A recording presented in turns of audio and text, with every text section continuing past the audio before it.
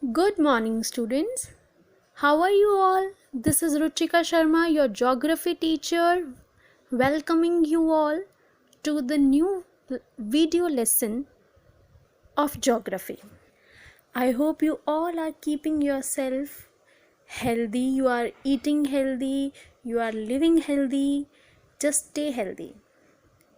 Students, as you know, till now we have covered 3 chapters of your book. Chapter number 1, India size and location. Chapter number 2, physical features of India. Then we started chapter number 3, drainage. And now we have completed chapter 3, drainage 2. But only one part of drainage is still left, and that is map skills. So today this video will include all the maps related to chapter 3, drainage. First of all, let's go through the basic meaning of drainage in geography. The term drainage describes the river system of an area. And in chapter 3 of your book, we are going to study, and we have already studied, drainage systems in India. The area on the earth's surface which is drained by a single river system is called the drainage basin or river basin. And the world's largest drainage basin is of the Amazon River, and in India it is Ganga River system. Now let's revise drainage systems in India. The drainage systems of India are mainly controlled by the broad relief features of the subcontinent. Accordingly, the Indian rivers are divided into two major groups, the Himalayan rivers and the peninsular rivers. You can see in the map, in the northern part of the India, Himalayan rivers are given, and if we look at the southern part, then this is peninsular rivers in the peninsular plateau. Dear students, first of all, we will talk about the Himalayan rivers. In Himalayan rivers, the basin areas of the Indus, the Ganga and the Brahmaputra rivers are covered. These rivers have great socio-economic and cultural importance in the life of the Indians. Now we are going to start with the first river system of Himalayan river, that is the Indus river system. The Indus river, popularly known as Sindhu in Sanskrit, is the westernmost river system in the Indian subcontinent. The Indus River, along with its numerous tributaries, forms one of the largest drainage systems in the world. The Indus River, you can see in the picture, originates in western Tibet near the Manslaughter Lake. Actually, Manslaughter Lake in western Tibet is the place which is more than 5,000 meters above the mean sea level. From its place of origin, the Indus River, you can see, flows in the northwest direction and enters India in the Ladakh district of Jammu and Kashmir state. The Indus River flows in the same northwest direction between the Ladakh and Jasarkar mountain ranges and forms a beautiful gorge in Jammu Kashmir state. After flowing like this, the Indus River takes a sharp southerly bend and reaches Attock in Pakistan. This is the end of its journey. This is the end of Indus River through the mountains and is joined by the Kabul River from Afghanistan. The Satluj, the Beas, the Ravi, the Chenab and the Jhelum rivers join together to meet the Indus River in Pakistan. From Pakistan, the Indus River flows southwards and finally falls into the Arabian Sea, east of Karachi city. It forms a big delta. The total length of the Indus River is about 2,900 km, out of which about 700 km is in India. Dear students, so this was all the movement of Indus River system in India and outside India. You can have a minute to look at the movement.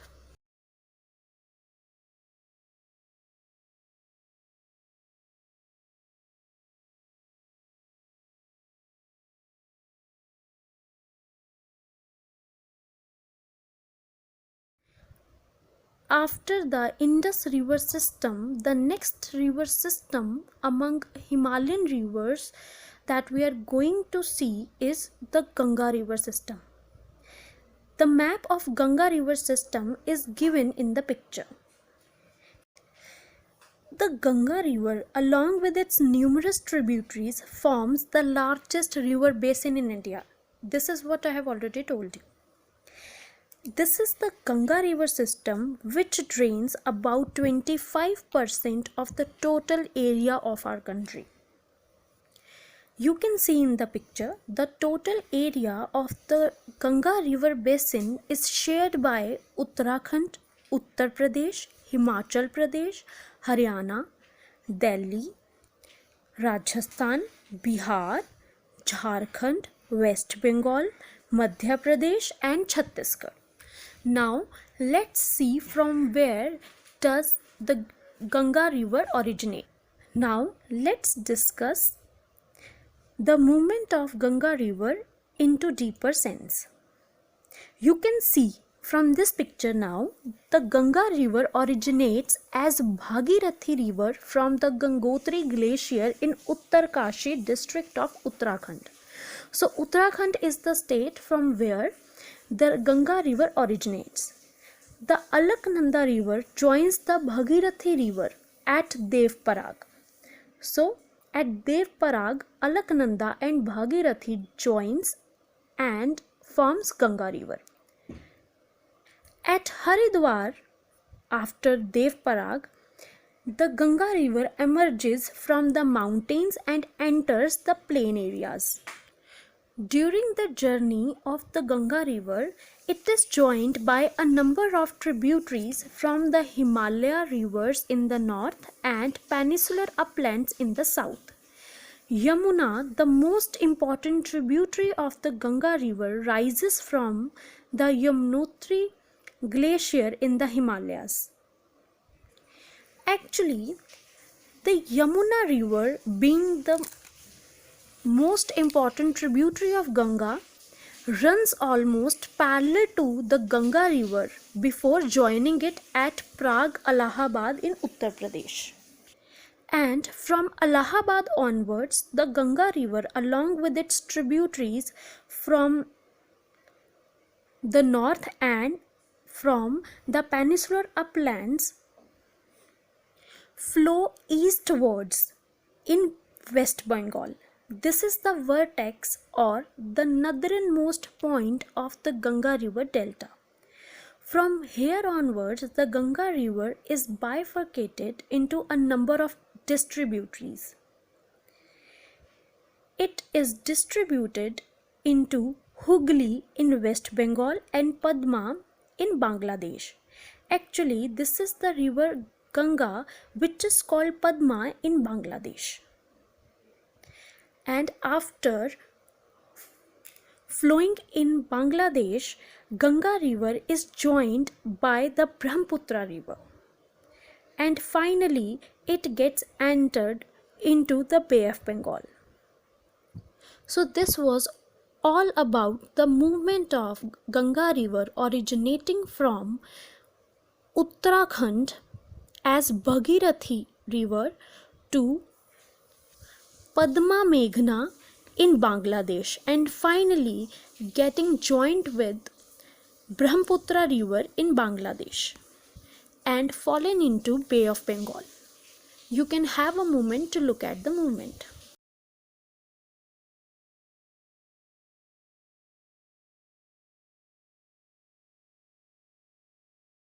Now we are going to look at the movement of the Brahmaputra River system. The Brahmaputra River system rises from a glacier in Kailash range of the Himalayas. This place is towards the east of Mansarovar Lake. Dear students, do you remember we have just read Mansarovar Lake in Indus River also. Therefore, the source of the Brahmaputra River is about 150 km away from the source of the Indus and only 35 km from the source of Satluj River. Both Indus and Satluj rivers flow westwards while the Brahmaputra River flows eastwards from this region. Now let's see the movement of Brahmaputra River into detail. The Brahmaputra River flows eastwards from its place of origin in southern Tibet for about 1800 km. Its course is parallel to the Himalayas and it passes through the depression between the Kailash range in the north and the Great Himalaya in the south. On reaching the Namcha, Burma, it gets entered into India. The Brahmaputra River takes a U-turn towards the south. The river cuts across the eastern Himalayas through the Dihang Gorge and emerges from the mountains in the Assam Valley. Here, the main river is joined by the Dihang from the north and Lohit from the south. Together, they make the Brahmaputra River in Arunachal Pradesh and Assam. And finally, the Brahmaputra crosses the boundary of India and enters the Bangladesh. In Bangladesh, the Brahmaputra river system is known as Jamuna. And as I have already told you, Ganga and Brahmaputra river gets joined in Bangladesh, where Ganga is known as Padma and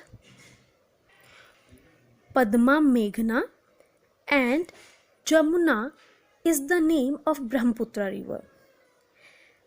The main stream flows southwards as Padma in Bangladesh and finally they get entered into the Bay of Bengal. The Ganga and the Brahmaputra rivers together forms the largest delta of the world. You can see in the picture, which covers an area of about 60,000 square kilometer. The delta is covered with dense forests called the Sundarbans. And a major part of this Ganga Brahmaputra delta is a low-lying swamp which is flooded by marine water during the high tides. Dear students, this was all about the three systems of Himalayan rivers. You can have a look at the Brahmaputra river system.